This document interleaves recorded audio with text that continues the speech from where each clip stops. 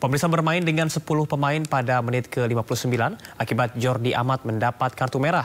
Timnas Indonesia takluk di tangan Irak dalam kualifikasi Piala Dunia 2026 dengan skor 0-2. Mengoleksi 2 kemenangan, apakah masih ada asa untuk Timnas Indonesia lulus ke fase berikutnya? Apa yang harus dibenahi oleh STY usai laga hari ini? Kita akan membahasnya bersama dengan pengamat sepak bola Bung Akmal Maharli. Selamat malam, Bung. Selamat malam, salam sepak bola. Baik, salam sepak bola, Bung. Melihat secara keseluruhan, bagaimana Anda melihat jalannya pertandingan hari ini? Apakah Timnas Indonesia sudah cukup dapat mengimbangi permainan Timnas Irak? Ya, melihat line up di babak pertama, saya sangat terkejut karena hampir semua pemain diaspora diturunkan. Ya. Dari 11 pemain yang turun, hanya 3 pemain yang datang dari domestik, yakni Hernando Ari, kemudian Rizky Ridho, dan Marcelino yang notabene tiga-tiganya adalah pemain asal dari binaan Persebaya Surabaya. Jadi ketika saya nonton saya bilang ini Persebaya plus diaspora. Gitu. Di babak-babak pertama Indonesia tampil sejatinya cukup menguasai jalannya pertandingan ya, dalam hal ini ball possession. Namun hanya saja pilihan bermain di sore hari ini sedikit menjadi blunder ya buat Indonesia. Dalam hal ini ketika Sintayong meminta agar dipindahkan sore hari, karena biasanya orang-orang Arab kalau sore hari itu sukanya leyeh-leyeh, tidak suka untuk bekerja keras. Tapi Sintayong lupa bahwa yang dimainkan di line up melawan Irak ini adalah rata-rata pemain yang main di Eropa. Gitu. Sehingga kemudian di babak pertama kita lihat beberapa pemain yang dari mulai sangat kelelahan, ini problem. Sejatinya Irak ini tidak bermain istimewa, tidak seperti ketika leg pertama mereka menang 5-1, mereka melakukan pressing yang ketat. Di pertandingan ini Irak hanya menunggu kesalahan dari Indonesia. Mereka main zona marking, mereka main sangat tenang, mereka main sangat pede sekali, sehingga satu kesalahan Indonesia langsung berbuah gol. Dan 2 kesalahan langsung berbuah 2 gol. Itu kan yang terjadi. Gol pertama misalnya akibat kesalahan dari pelanggaran dilakukan oleh Justin Hubner. Gol kedua karena kesalahan dari Hernando Ari yang tidak melihat ada 2 pemain Irak, Ali Jasem dan juga pemain nomor 10, dan dia memainkan bola sehingga kemudian bisa direbut dan akhirnya gol. Jadi dua gol yang tercipta ke gawang Indonesia dari Irak sejatinya bukan karena kehebatan Irak, tapi kesalahan kita sendiri di belakang. Baik, seperti yang juga disampaikan oleh Ketua PSSI Erick Thohir, bahwasanya ini betul-betul ada kesalahan dari pemain sehingga terciptanya gol tambahan. Kemudian juga ada sejumlah peluang lain yang bisa didapatkan Irak dari kesalahan kita. Nah, kalau melihat dari pertandingan sore hari tadi, ada beberapa peluang yang tercipta bagi Timnas Indonesia, tapi finishingnya selalu gagal. Contohnya di menit ke-34 oleh Sandy Walsh, namun mudah dibaca oleh tim lawan. Tanggapan Anda seperti apa? Ya, betul sekali. Bahkan ada peluang yang cukup terbuka ya ketika kemudian umpan ke dalam kotak penalti yang diberikan oleh Tom Haye, kemudian disambut oleh Ragnal Oratbangun, tapi kemudian bisa ditepis oleh oleh kiper Irak. Ada beberapa peluang di babak pertama kita punya peluang karena memang Irak tidak bermain tidak bermain seperti mereka bermain seperti taktik pelatih mereka. Seperti biasanya bermain dengan kecepatan tinggi, dengan pressing ketat. Mereka bermain sebenarnya sangat santai, tapi kemudian Indonesia tidak bisa memanfaatkan peluang-peluang yang didapat. Utamanya di babak pertama banyak peluang yang didapat oleh kita, tapi kemudian tidak mampu dieksekusi. Setidaknya Indonesia punya 9 peluang, tapi hanya 1 yang on target. Ini artinya Indonesia belum efektif dan efisien dalam memanfaatkan peluang. Sementara di kubu Irak, mereka punya 10 peluang, tapi mereka 2 on target. Salah satu peluang yang 2 on target itu adalah yang terjadi gol tadi. Nah, ini yang membedakan. Walaupun misalnya secara ball position sama 50-50, tapi akurasi umpan Indonesia menang 85%, sementara Irak cuma 82%. Dari segi itu sejatinya Indonesia tidak kalah, tapi lagi-lagi Irak lebih cerdik dan lebih pandai memanfaatkan momentum. Irak bermain di GBK ini seperti mereka juara Piala Asia 2007 ketika itu melawan Arab Saudi, mereka menang 1-0 lewat gol Yonis Mahmud, dan kali ini mereka ulangi lagi dengan menang 2-0 melawan Indonesia dengan cara yang hampir mirip. Oke, baik. Bung, kalau kita lihat di babak kedua banyak sekali insiden yang terjadi. Mulai dari Jordi Amat yang mendapat kartu merah di menit ke-59, kemudian juga ada blunder dari Hernando Ari. Apakah hal yang melatar belakangi hal tersebut sepenglihatan Anda? Apakah karena dari babak pertama ini para pemain sudah melihat bahwasanya Irak bermain cukup tangguh dan juga serangannya luar biasa, sehingga di babak kedua sepertinya ingin mengimbangi, namun justru blunder tersebut terjadi. Ya, saya melihatnya adalah kesalahan dalam komunikasi atau miskomunikasi di lini belakang. Seperti halnya kartu merah Jordi Amat, termasuk gol pertama penalti Aiman Hussein, di mana tercipta karena kesalahan yang sejatinya tidak perlu dilakukan oleh Justin Hubner, tapi dilakukan. Ini kan karena tidak adanya komunikasi antar lini, sehingga kemudian melakukan atau mengambil keputusan yang sangat fatal yang pada akhirnya berbuah penalti. Sama dengan yang dilakukan oleh Jordi Amat ya, sebuah keputusan yang harusnya tidak terjadi, tapi kemudian diambil akhirnya berbuah kartu merah. Hal sama juga ketika kemudian Hernando Ari memainkan bola sebagai skipper bermain, dia harusnya tahu bahwa ada dua lawan yang menjaga dia di situ, harusnya dia tidak nekat untuk memainkan bola. Lebih baik bolanya itu diberikan ke rekan, tapi karena nggak ada komunikasi, sehingga Hernando Ari pun gugup mau ditaruh di mana atau mau diumpan kemana bola yang dia pegang, sehingga kemudian akhirnya dapat direbut dengan mudah oleh Ali Jassim dan berbuat gol. Jadi menurut saya koordinasi lini belakang kita sangat lemah sekali, sehingga kemudian peluang yang harusnya tidak berbuat gol atau yang harusnya tidak terjadi akhirnya terjadi karena kesalahan kita sendiri, lemahnya komunikasi, lemahnya koordinasi, ditambah lagi kesalahan-kesalahan yang sejatinya tidak perlu dilakukan oleh pemain belakang kita. Dan ini pelajaran. Kalau kemudian ini terulang lagi lawan Filipina, ini sangat bahaya sekali. Ya, Bung Akmal, ini di babak kedua kita bermain dengan 10 pemain dan juga 3 kali pergantian pemain. Apakah hal tersebut 3 kali pergantian pemain ini tidak cukup membantu mendongkrak Indonesia di babak kedua? Ya, saya melihat pergantian pemain tidak mengubah strategi ya, tidak mengubah taktik bermain, tapi hanya sekedar penyegaran. Yang saya lihat demikian, sehingga kemudian tidak ada perubahan secara tematis yang membuat Indonesia lebih menekan setelah tertinggal 2 gol. Tapi lebih karena ada beberapa pemain yang sudah lelah kemudian digantikan. Jadi lebih kepada penyegaran di sisi permainan, tidak kepada penyegaran dalam sisi taktik dan strategi. Ini kelemahan kita yang harus kita benahi ke depan. Kalau kemudian pergantian pemain, harusnya pemain yang menggantikan ini punya peran untuk mengubah situasi di lapangan, apalagi kita dalam posisi tertekan, tertinggal 2 gol, maka perlu pemain yang masuk kemudian mengubah permainan dan mengangkat moral pemain, bukan cuma sekedar mengganti mereka yang sudah lelah dengan mereka yang masih buta. Oke, baik, artinya ada aspek lain yang perlu diperhatikan begitu ya, bukan hanya sekedar lelah atau tidaknya. Ya, selalu inferior ketika melawan Irak. Sebetulnya apa satu poin penting yang perlu dibenahi oleh Sintayong ke depannya, atau memang sebenarnya Indonesia ini belum kelasnya untuk masuk ke Piala Dunia, Bung? Ya, kalau bicara peluang saat ini, peluang Indonesia sudah terbuka ya.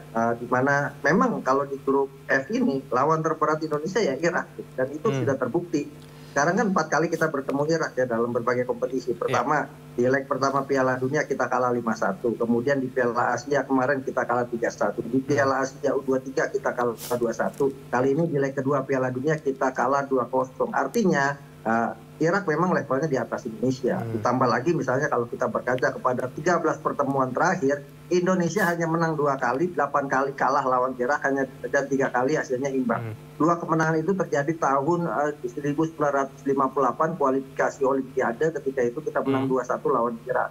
Yang kedua adalah ketika Piala Presiden pada tahun 2000, artinya 24 tahun silam kita menang melawan Irak. Selebihnya kita tidak bisa mengalahkan Irak. Ini membuktikan bahwa ada masalah mental yang juga harus dibenahi ketika kita melawan tim-tim Timur Tengah, maka ada sedikit problem di mana kita sudah merasa kalah lebih dulu menghadapi mereka. Sementara mental para pemain Timur Tengah ini kan mentalitas yang sangat luar biasa, apalagi mereka lahir dari negara yang sedang berperang. Irak kan negara yang sedang berperang, jadi mental perang mereka sangat luar biasa. Nah, problem Indonesia saat ini adalah menyatukan chemistry antara pemain diaspora dengan pemain-pemain dari liga domestik. Ini yang masih sangat problem, sehingga kemudian komunikasi antar lini tidak berjalan dengan baik. Saya ingin mengatakan bahwa misalnya komunikasi karena Sintayong pakai bahasa Korea, kemudian diterjemahkan dengan bahasa Indonesia di lapangan. Sementara yang di lapangan saat ini misalnya tadi ada di lapangan hanya 3 pemain yang bisa berbahasa Indonesia. Selebihnya 8 pemain misalnya adalah pemain diaspora yang belum bisa bahasa Indonesia. Ini problem bahasa juga harus dibenahi juga ke depan gitu kan.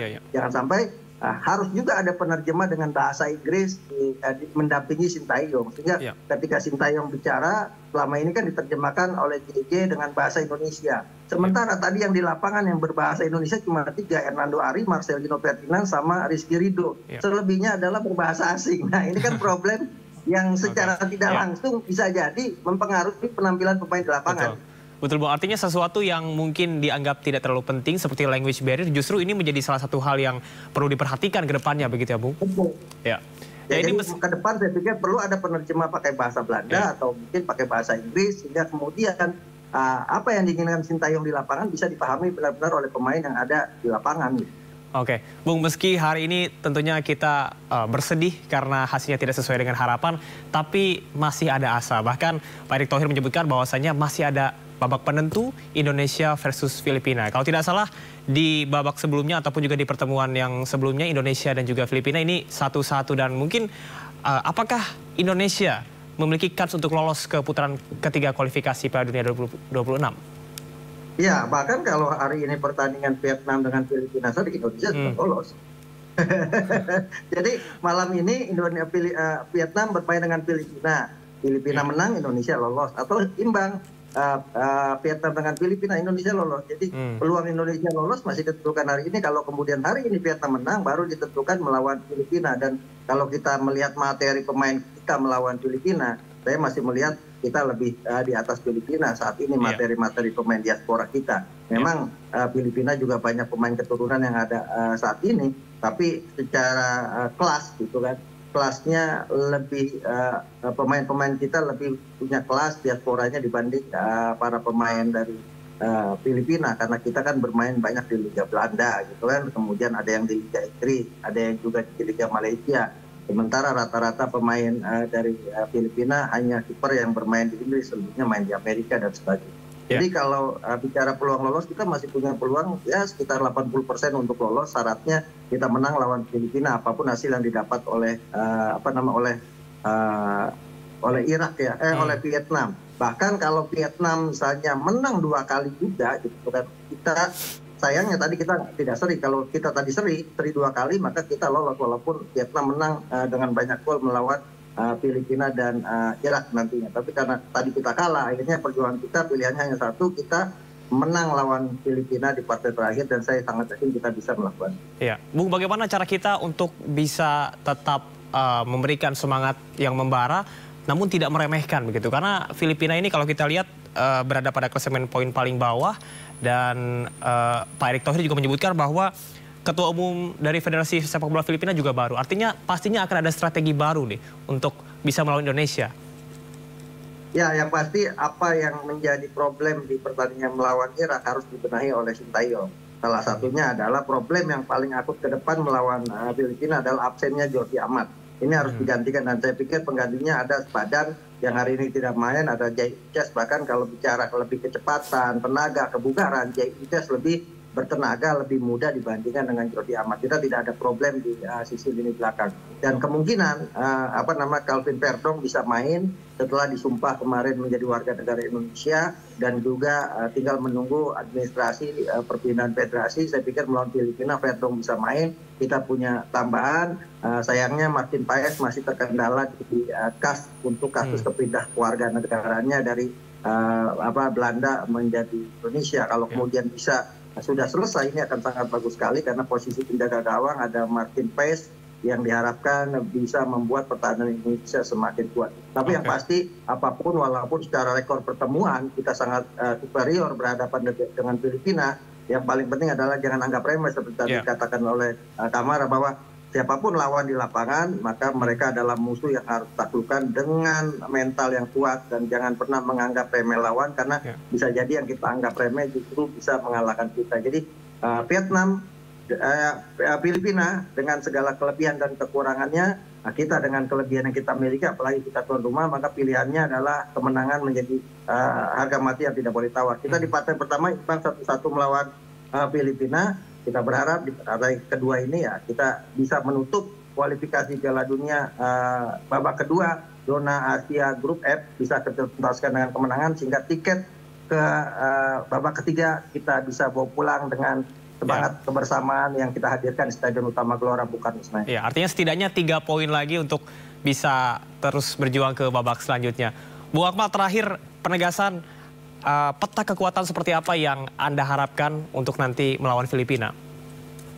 Ya, Filipina ini tim yang sangat solid di lini tengah. Kalau kita lihat di pertemuan pertama, Filipina kuat sekali di lini tengah mereka. Nah, karena itu ini menjadi PR tentunya buat Sintayong agar membenahi lini tengah timnas. Saya pikir tadi di bangku cadangkannya Ivar Jenner agak sedikit bermasalah, karena selama ini Ivar Jenner adalah pemain yang bukan saja pemutus serangan lawan, tapi dia juga bisa mendistribusikan bola. Tadi posisinya digantikan atau digantikan oleh Nathan Acho.